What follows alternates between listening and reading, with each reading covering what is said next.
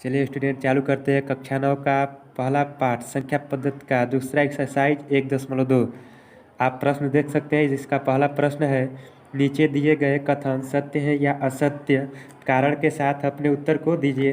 तो सबसे पहले हमको जो स्टेटमेंट दिया गया उसको पढ़ेंगे, वो सत्य है कि असत्य है, पढ़कर हम निष्कर्ष पे पहुंचेंगे। तो चलिए पढ़ते हैं। प्रत्येक अपरिमेय संख्या एक वास्तविक संख्या होती है। तो मैं बता दूं वास्तविक संख्या क्या होती है। तो वास्तविक संख्या परिमेय संख्याओं और अपरिमेय संख्याओं का संग्रह होता है। मतलब अपरिमेय संख्या और परिमेय संख्या जिसमें दोनों शामिल हो उसको ही वास्तविक संख्या कहेंगे। तो यहाँ पे लिखा है प्रत्येक अपरिमेय संख्या एक वास्तविक संख्या होता है। तो कह सकते हैं कि ये तो बात सत्य है, क्योंकि अभी आपको मैं बताया कि अपरिमेय और परिमेय दोनों का समूह ही वास्तविक होता है। तो क्या अपरिमेय संख्या एक वास्तविक संख्या नहीं होगी? होगा। इसलिए ये स्टेटमेंट सत्य है, क्योंकि अपरिमेय संख्याओं का समूह और परिमेय संख्याओं का समूह ये सब जब मिलेंगे तो एक वास्तविक संख्या होता है। तो कह सकते हैं कि स्टेटमेंट सत्य है, क्योंकि अपरिमेय संख्या एक वास्तविक संख्या होती है। अगला हम देख रहे हैं कि संख्या रेखा का प्रत्येक बिंदु करणी में m के रूप का होता है, जहाँ m एक प्राकृतिक संख्या है। तो कहेंगे कि ये जो स्टेटमेंट है ये क्या है? असत्य है। क्यों असत्य है? क्योंकि अगर -2 देखें तो क्या ये जो कोई भी ऋण संख्या किसी प्राकृतिक संख्या का वर्गमूल नहीं हो सकती है। आपको पता है कि कोई भी ऋण संख्या एक प्राकृतिक संख्या का वर्गमूल नहीं हो सकती। इस प्रकार कह सकते हैं कि संख्या रेखा का प्रत्येक बिंदु करणी में m के रूप का होता है। ये स्टेटमेंट असत्य है। अगला देख रहे हैं जो तीसरा है, प्रत्येक वास्तविक संख्या एक अपरिमेय संख्या होती है। तो लिख सकते हैं कि ये भी क्या है? असत्य है। प्रत्येक वास्तविक संख्या, तो अभी मैं बताऊं कि वास्तविक संख्या जो होता है परिमेय भी होता है और अपरिमेय भी होता है, दोनों का समूह दोनों शामिल होते हैं वास्तविक संख्या में। तो अगर मैं 2 की बात करूं या मैं 5 की ही बात करता हूं तो 5 देख रहे हैं कि 5 तो एक परिमेय संख्या है, क्योंकि 5 के नीचे हर एक है p/q के रूप में है और 0 के इक्वल नहीं है। तो 5 जो है एक परिमेय संख्या है जो कि वास्तविक संख्या भी है। तो क्या 5 एक अपरिमेय संख्या है? तो अपरिमेय तो नहीं है, अपरिमेय नहीं है, परिमेय संख्या है। और 5 वास्तविक संख्या भी है। तो जो वास्तविक संख्याएं होती है एक अपरिमेय संख्या हो, कोई ये निश्चित नहीं है। वास्तविक संख्या अपरिमेय संख्या हो सकता है, लेकिन प्रत्येक वास्तविक संख्या एक अपरिमेय संख्या हो, ये स्टेटमेंट असत्य है। इस प्रकार तीसरा भी क्या हो जाएगा? असत्य। दूसरा भी असत्य और इसमें का केवल पहला क्या होगा? सत्य होगा। आई होप कि पहला प्रश्न बिल्कुल समझ में आया होगा। तो चलिए चलते हैं अब दूसरे प्रश्न पे। दूसरा प्रश्न क्या है अभी आपको समझ में आएगा, ठीक है। तो चलिए फ्रेंड्स आ गए अब दूसरे प्रश्न पे। दूसरा प्रश्न है, क्या सभी धनात्मक पूर्णांकों के वर्गमूल अपरिमेय होते हैं? यदि नहीं तो एक ऐसी संख्या के वर्गमूल का उदाहरण दीजिए जो एक परिमेय संख्या है। मैं पहले बताया था कि करणी में जितनी भी संख्याएं होती है वो सभी अपरिमेय संख्या होती है, केवल उस संख्या को छोड़कर जिसका वर्गमूल निकल जाए। तो हमको उसी संख्या का उदाहरण देना है जिसका वर्गमूल निकल जाए, जो कि एक परिमेय संख्या हो। तो देखिए, अगर मैं करणी में 3 की बात करूं तो इसका वर्गमूल नहीं निकलेगा, जो कि अपरिमेय संख्या होगा। लेकिन क्या प्रश्न पूछा है कि क्या सभी करणी की संख्याएं जितने भी करणी के अंदर आती है क्या सभी अपरिमेय होती है? तो कहेंगे नहीं।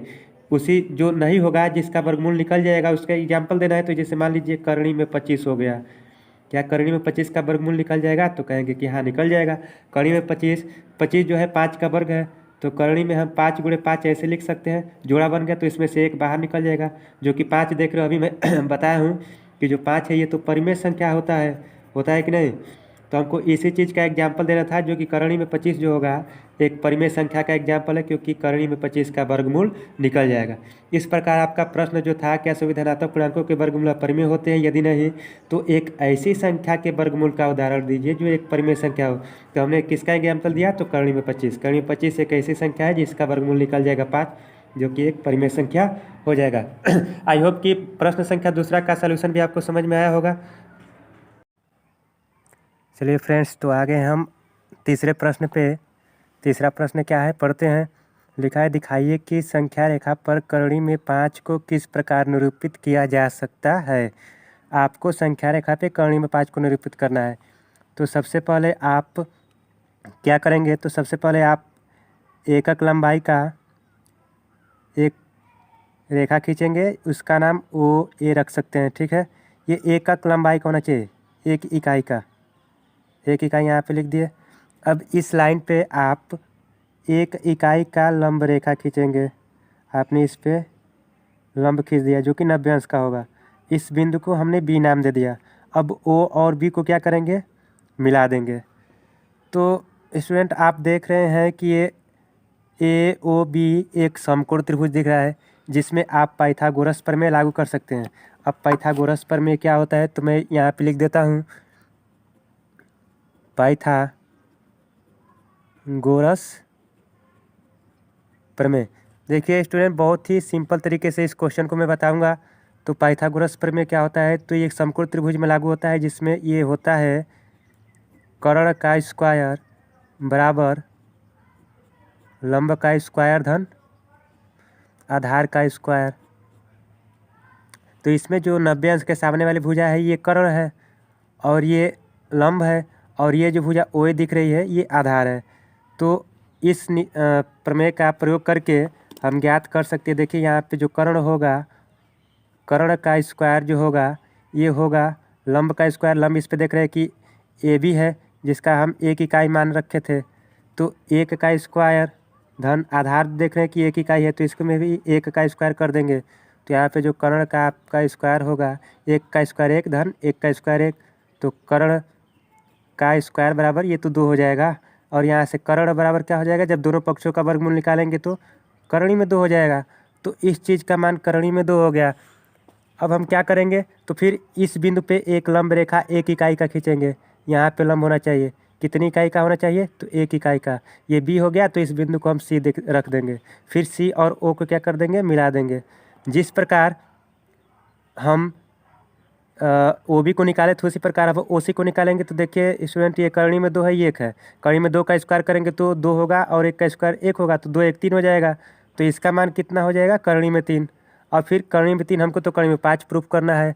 तो फिर इस बिंदु पे एक लंब रेखा एक इकाई का खींचेंगे। कितनी होनी चाहिए, एक इकाई का होनी चाहिए। अब इस बिंदु को हम सी है तो इसका नाम डी रख देते हैं। तो चलिए स्टूडेंट देखते हैं, अब डी और ओ को फिर मिला देंगे। तो यह करणी में 3 है, फिर पाइथागोरस प्रमेय लागू करके 1 है 3 है, तो 3 का करणी में 3 का स्क्वायर 3 और 1 4, तो इसका मान जो होगा करणी में 4 निकल जाएगा। अगर करणी में 4 को संख्या रेखा पे निरूपित करना होता तो यहाँ तक छोड़ देते, आपका आंसर आ जाता। लेकिन करणी में 4 तो निरूपित नहीं करना है। तो चलिए इस पर एक बार और लंब खींचेंगे। एक बार लंब खींच दिया और इसको हम ई नाम दे देंगे। फिर ओ और ई को क्या कर देंगे, मिला देंगे। चलिए मिला देते हैं, ओ और ई को मिला दिए। तो ये करणी में 4 है, ये एक इकाई का हम इस पर लंब खींचे हैं, तो ये 4 हो गया, ये 1 कितना हो जाएगा, करणी में 5 हो जाएगा। अब क्या करेंगे, इस तरह से हम खींच देंगे लाइन। इसको ऐसे मिला देंगे, इसको यहाँ से ऐसे मिला देंगे, फिर इसको ऐसे, फिर ये जो करणी में 5 वाली लाइन है इसको भी लाकर यहाँ पर दिखा देंगे। और ये जो बिंदु होगा इसको दूसरे कलर से हम लिख देते हैं। ये जो बिंदु होगा क्या किसको दिखाएगा, करणी में 5 को शो करेगा। तो आई होप कि स्टूडेंट ये प्रश्न भी आपको अच्छे से आया होगा। चलिए इसको एक बार और रिपीट कर देते हैं। आपका प्रश्न था कि दिखाइए कि संख्या रेखा पर करणी में 5 को किस प्रकार निरूपित किया जा सकता है। तो आप क्या करेंगे, सबसे पहले एक इकाई का एक रेखा खींचेंगे जिसको ओ ए नाम दे देंगे। इस रेखा पे एक लंब रेखा खींचेंगे ए बी, जो कि 90 लंब का मतलब होता है जिस रेखा पे कोई रेखा लंब हो तो वहाँ पे 90 अंश का कोण बनता है, तो 90 अंश बनेगा। अब ओ बी को मिलाएंगे तो ये जो त्रिभुज बना है ए ओ बी एक समकोण त्रिभुज बना है, जिसमें पाइथागोरस प्रमेय लागू कर सकते हैं।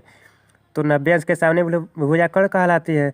तो पाइथागोरस प्रमेय होता है कि कर्ण का स्क्वायर बराबर लंब का स्क्वायर प्लस आधार का स्क्वायर। तो कर्ण कितना है, ओ बी है, ये बराबर लंब का स्क्वायर प्लस आधार का स्क्वायर है। लंब देख रहे हैं कि एक इकाई लिए थे, आधार भी एक इकाई है, तो 1 का स्क्वायर 1 धन 1 का स्क्वायर 1, तो कर्ण स्क्वायर बराबर 1 1 2 हो गया। फिर कर्ण बराबर करणी में 2, तो इसका मान करणी में 2 हो गया। फिर अब इसी बिंदु पे बी पे हम एक और लंब रेखा खींचेंगे एक इकाई की। तो ये करणी में 2 है, इसका मान 1 है। जब इन दोनों का वर्ग करके जोड़ेंगे तो ये कर्ण प्राप्त होगा। तो 2 का स्क्वायर, करणी में 2 का स्क्वायर 2 और 1 3 हो जाएगा, जो कि करणी में 3 प्राप्त हो जाएगा। इस प्रकार ये करणी में 4, इस प्रकार ये करणी में 5। फिर इसको डैश डैश करके इसको यहाँ पे मिला देंगे, इस बिंदु को यहाँ पे, इस बिंदु को यहाँ पे, और जो करणी में 5 वाली लाइन है इसको ले आएंगे यहाँ पे, जो कि करणी में 5 क्या करेगी, शो करेगी। तो आई होप कि ये प्रश्न भी समझ में आया हो। तो चलिए चलते हैं अगले प्रश्न पे। तो चलिए स्टूडेंट, हम आ गए हैं प्रश्न संख्या 4 पे।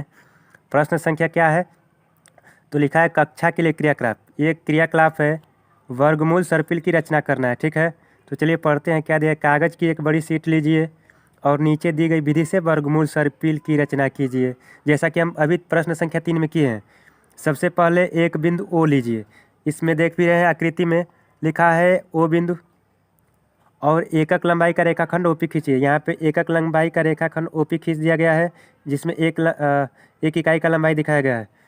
अब क्या करना है, तो एकक लंबाई वाले OP1 पर लंब रेखाखंड P1 P2 खींचिए। देखिए यहाँ पे P1 है, इस पे एक लंब खींचेंगे जो कि P2 होगा, तो P1 P2 OP1 पर क्या है, लंब है। यहाँ पे इसका मतलब होता है लंब। ठीक है, अब देखिए आकृति देखिए 1.9 आप देख भी रहे हैं, वर्गमूल सर्पिल की रचना करके दिखा दिया गया है। केवल इसको देखना है, क्रियाकलाप करना है। ठीक है ना, ये प्रश्न अभी नहीं है। अब OP2 पर लंब रेखाखंड P2 P3 खींचिए। देखिए OP2 है, इस पे लंब रेखाखंड P2 और P3 खींच दिया है, ये है। अब क्या करना है, तब OP3 पर लंब रेखाखंड P3 और P4 खींचिए। अब इस पे P3 पे P4, यहाँ से P4 खींच देना है। ठीक है, इस प्रक्रिया को जारी रखते हुए OPN-1, मतलब इसमें 2 है तो एक कम कर देंगे। इस प्रकार ऐसे बनाते जाएंगे तो एक क्या आपको प्राप्त होगा, रेखाखंड PN-1 PN प्राप्त कर सकते हैं। इस प्रकार आप बिंदु इतना प्राप्त कर लेंगे और उन्हें मिलाकर कड़ी में 2, कड़ी में 3, कड़ी में 4 को दर्शाने वाला एक सुंदर सर्पिल प्राप्त कर लेंगे। कहने का मतलब ये है कि जैसा कि अभी आप देख रहे हैं यहाँ पे, सबसे पहले करणी में 2 प्राप्त हुआ है, इसके बाद करणी में 3, ये रेखा करणी में 4, ये रेखा करणी में 5, इसके बाद फिर एक लंब खींचेंगे तो करणी में 6, फिर एक लंब रेखा खींचेंगे तो करणी में 7, 8, 9, 10 ऐसे करते जाएंगे तो एक बहुत ही सुंदर वर्ग सर्पिल की रचना हो जाएगी। तो आई होप कि आपको प्रश्न संख्या 4 भी समझ में आया होगा, चूँकि ये तो केवल क्रियाकलाप है। तो चलिए मिलते हैं अगले वीडियो में, जो कि एक्सरसाइज 1.3 से रिलेटेड रहेगा। अगर आपको 1.2 एक्सरसाइज में अगर कहीं आपको कोई दिक्कत आ रही है तो आप कमेंट बॉक्स में कमेंट कर सकते हैं।